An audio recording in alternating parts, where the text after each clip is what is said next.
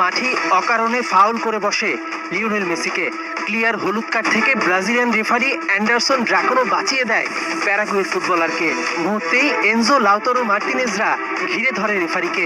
Sideline থেকে coach Lionel Scaloni চিৎকার করে জানায়, এ কেমন আচরণ।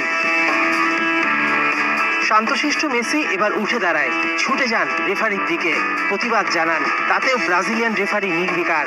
আর্জেন্টাইন লাইফলাইন বুঝে যান ফুটবল পলিটিক্স, যেটা দেখা যায় না সচরাচর সেটাই করেন। তর্জনী উঁচিয়ে শাসান রেফারি ড্রাকানোকে। মাঠে ছুটে আসে বাকি রেফারিরা। অবাক করার মতো বিষয় হচ্ছে, ফোর্থ অফিসিয়াল সহ 4 রেফারি ব্রাজিলিয়ান।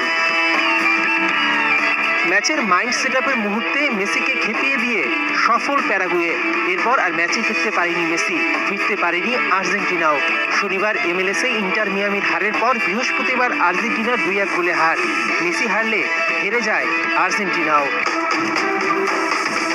11 ম্যাচে 22 পয়েন্ট নিয়ে তবুও টেবিলের শীর্ষে আছে আর্জেন্টিনা। তবে এখনো কনফার্ম হয়নি বিশ্বকাপ বাছাই পর্বের পরের পর্ব। পরের 2 ম্যাচের উপর তাই চোখ রাখতেই হচ্ছে আর্জেন্টাইন ভক্তদের। মেহেদী নাইম, 71।